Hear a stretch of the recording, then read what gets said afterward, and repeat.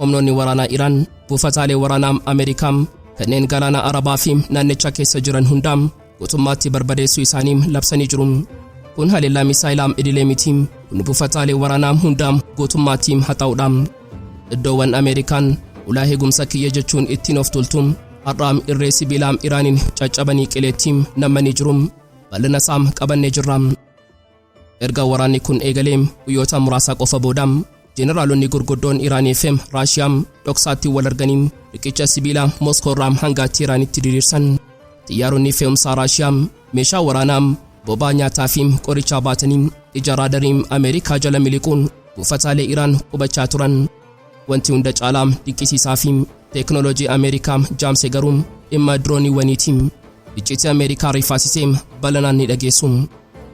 Gareen Ansaarullah al-Huusii Yaman warri kanaan dura Galaana Diimaa irratti dooniiwwan Israa'elii fi Ameerikaa adabaa turan amma tarkaanfii isa xumuraa fi hunda caaluu fudhachuuf qophii isaanii xumuranii jiru.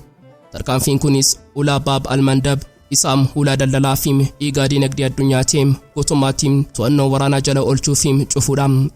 Baab al-Mandab yoo cufame maaltu uumamaa bal'ina isaa qabannee jirra. Addunyaan waraanaa ammayyaawaa isheen teeknooloojii fi saayinsiin badhaate jedhamtu keessa isheetti meeshaalee baay'ee suukaneessaa fi gara jabeessaa ta'an dhoksitee qabdi. Meeshaalee kana keessaa inni hunda caalaa falmisiisaa sodaachisaa fi seenaa dhala namaa keessatti madaa hin qorre hambisu Misaa'ela Faca'aa yookaan kilaaster Misaa'elsidha. Misaa'ela Israa'eliin duguugaa jiru kana maalummaa isaa fi hammina isaa yoo xumuraatti nu faana turtan ni dhageessu. Qophii keenya laayik gochuun jalqabaan affeerraa keenya yeroo maraatiin. Yooyyaam ashamaar kafuuneem kabajamtoota dhaggeeffattoota keenya kun Oromiyaa 24 Newsdha. Kanneen chaanala YouTube keenya faaraa taatan subscribe gochuun maatii keenya ta'a. Qophiin keenya namoota hedduu bira akka ga'uuf laayik share gochuun waliif qooduun dagatinaa. Hanga xumuraa qophii keenyaatiin turtii gaarii.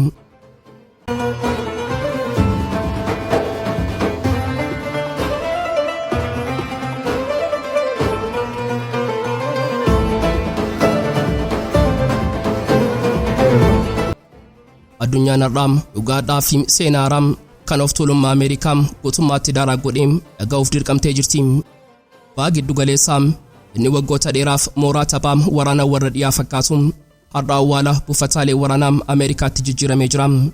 Osoo Waashingtan Iraan laamsheessineerra jechuun abjoottu Teeraan tarkaanfii addunyaa raasuu fi seenaa waraanaa ammayyaawaa keessatti takka argamee hin beekne raawwachuu ishee labsitee jirti. Wiirtuun ajajaa waraanaa Iraan isa guddichaa kaatama lambiyaatiim dubbiimaa kan ta'e Ibraahim Zulfiqaariin sagalee onnee diinaa rommisiisuu fi ofitti amanamummaan guutameen injifannoo cululuqaa fi xumuraa addunyaatti fagodhe.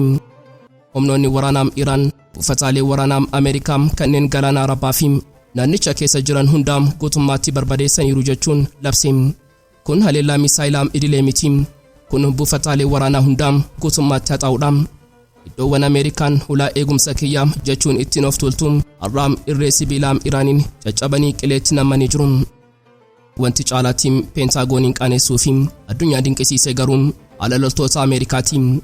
Zulfiqaariin akka saaxileetti ajajoonni FM loltoonni Ameerikaa warri meeshaa ammayyaawaatiin faayamanii doolaara biiliyoonaan eegaman sun har'a buufata isaanii dhabanii qullaafanii jiru.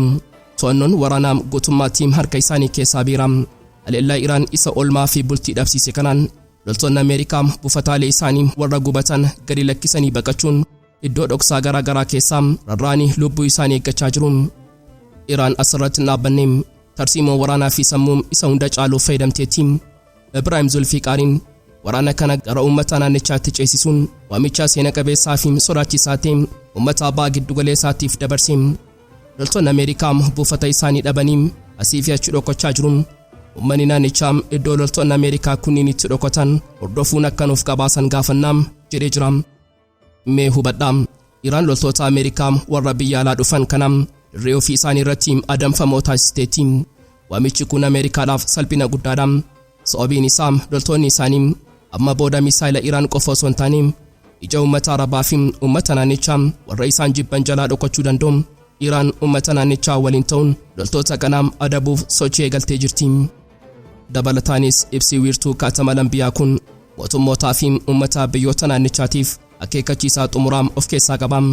Ameerikaan nageenya isiniif hin fiddu, nageenya dhugaa argachuuf dirqama loltoonni Ameerikaa naannoo kana keessaa ari'amanii ba'uu qabu jechuun Iraan ifatti labsitee jirti.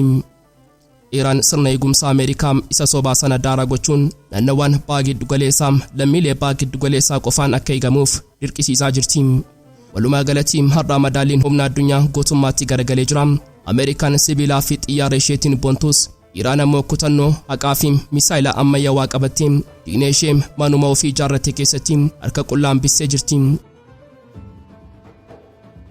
Osoo qilleensi Baha Giddu-galeessaa Arabaa ruudaam dhukaasa misaa'elaan ukkaamee jiru, har'a dhugaadhaa fi seenaa waraanaa guutummaatti garagalchu tokkotu ifa ba'e. Ameerikaa fi Israa'el warri Iraaniin kophaa ishee argannee uffisnee ilaamsheessina jechuun Guraandhala 28 waraanaam aarii seena qabeessaa jedhan banan har'a kiyyoo ofii isaanii xaxan keessatti hudhamanii jiru. Iccitiin basaasotaa warra dhiyaarraa ba'e gaazexaa Xiinxala Taayimsiitiin addunyaatti saaxilamee madaallii waraanaam harka peentaagoon keessaa baatee guutummaatti harka Iraanii fi Moskoo keessaa seenuu isaa saaxilee jira. Dhugaan ifa ba'e kun onnee Waashingiten kan roomisiisudha. Raashiyaan callistee waraana kana daawwachuu dhiisuun kallattiin lola kana keessa seentee meeshaa waraanaa fi teekinooloojii isa hunda caalaa ammayyaawaatiin iccitiin Iraaniif dabarsaa jirti. Erga waraanni kun eegalee guyyoota muraasa qofa booda Jeneraaloonni gurguddoon Iraanii fi Raashiyaa dhoksaatti wal arganii riqicha sibiilaa Moskoorraa hanga Iraanitti diriirsan. Baatii bitootessaa kana keessa xiyyaaronni fe'umsaa Raashiyaa meeshaa waraanaa, boba'aa, nyaataa fi qoricha baatanii ijaaraa darii Ameerikaa jalaa miliquun buufataalee Iraan qubachuun eegalanii jiru. Wanti hunda caalaa dinqisiisaa fi teekinooloojii Ameerikaa jaamse garuu dhimma dirooniiwwaniiti. Seenaan diroonii kanaa akka fiilmiidha. Kanaan dura waraana Yuukireen keessatti Iraan diroonii ishee Shahid 136 Raashiyaaf kennuun ishee ni yaadatama.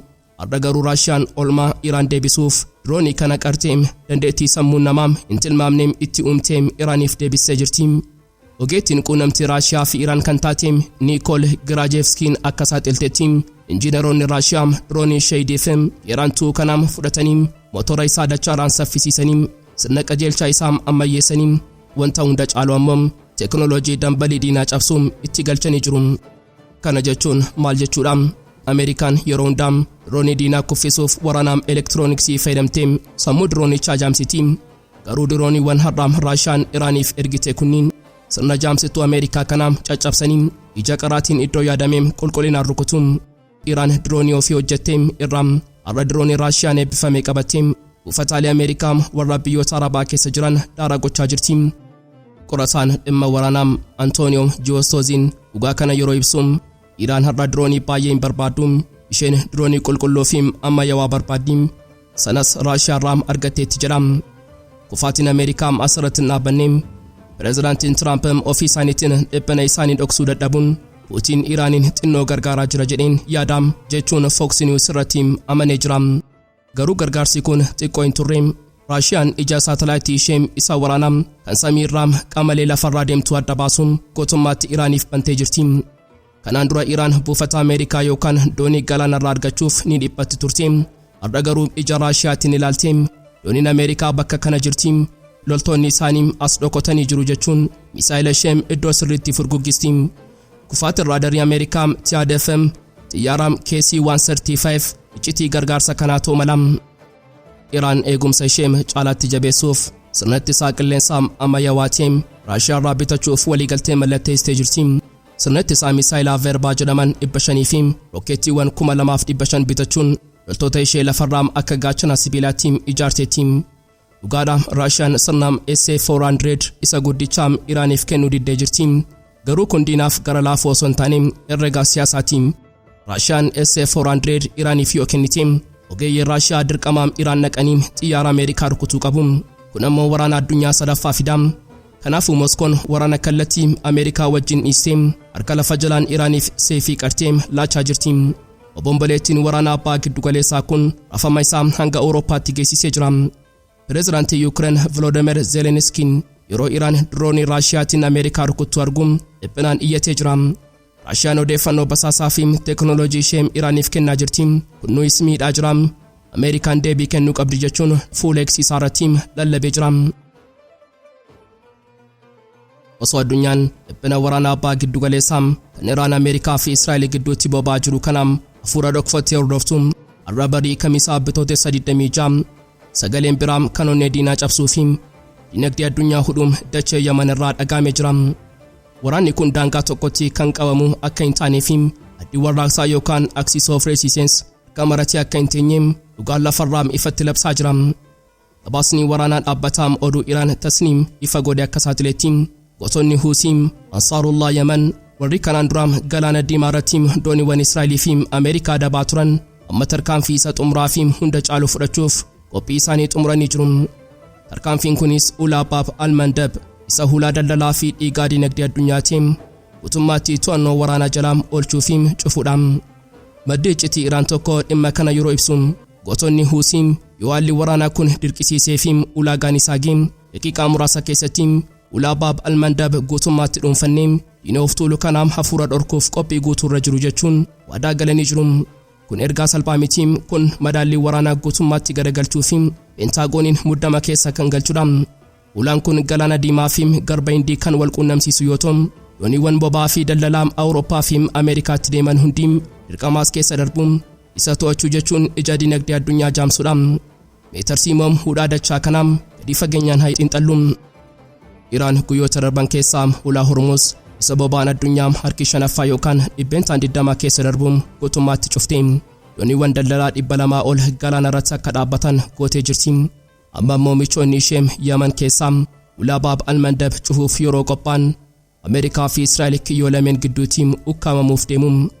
Biyyoonni dhiyaa boba'aa ulaa Hormuziinis dhabanii meeshaa daldalaa Baab al-Mandabiinis dhabanii dinagdeen isaanii guutummaatti akka laamshoof xiyyeeffatamee jira. Pireezidaantiin Tiraamp namichi of tuulummaadhaan Iraaniin lafarraa nanaxaa jechuun masaraa White House keessaa lallabuun amma dhugaa addaa tokko ijaan argaa jira.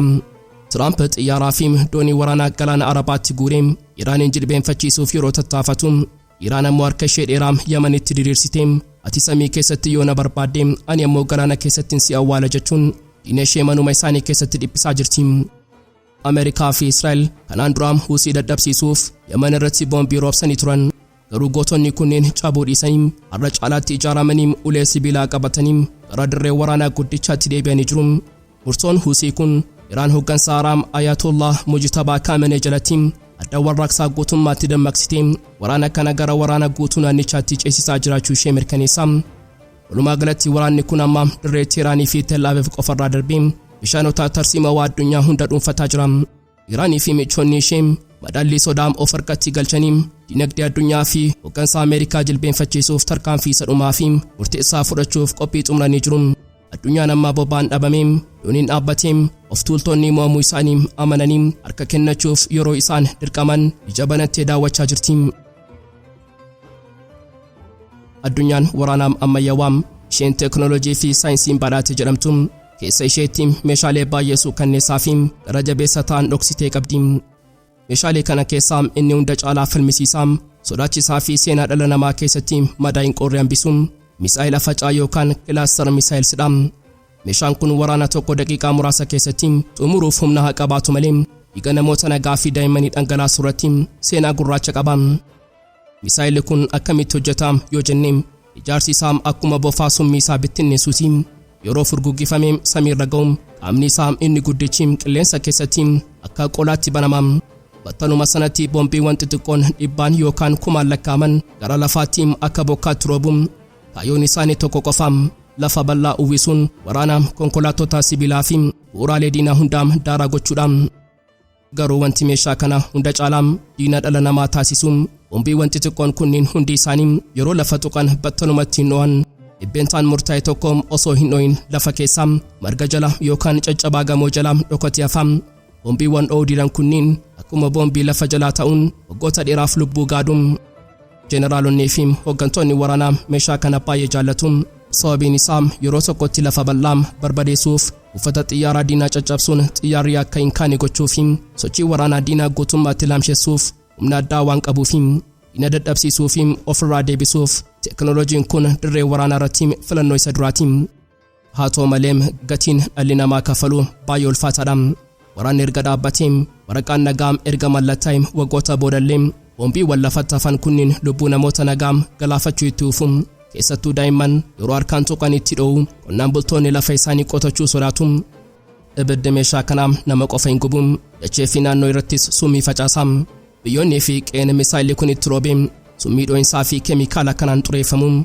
Osoo inni barbadaa'u lafti qonnaa summaataa, midhaan ni bada. Lafa kana deebisanii qulqulleessuun buqqee addaa doolaara miiliyoonaan lakkaa'amuu fi teekinooloojii guddaa gaafata. Badiisa kana hundumaa ijaan arguun hawaasni addunyaa fi dhaabbileen mirga namoomaa iyyata guddaa dhiyeessuun biyyoonni addunyaa hedduun waliigaltee mallatteessuun meeshaa kana dhorkaniiru. Garuu dhugaan lafarra jiru gara jabeessaa. Biyyoonni gurguddoonii fi warri humna waraanaa addunyaa to'atan fageenya biyya keenyaatiif ni barbaachisa jechuun seericha cabsuun ufachuu fi itti fayyadamuun itti ufanii jiru. Har'a yeroo waraanni Baha Giddu-galeessaa boba'aa jiru kana meeshaan kun dirree waraanaa irratti deebi'ee mul'achuun isaa waraanni ammayyaawaa haqaa fi namoomarraa injifannoo fi badiisa irratti akka xiyyeeffatu addunyaatti ifa godhee jira.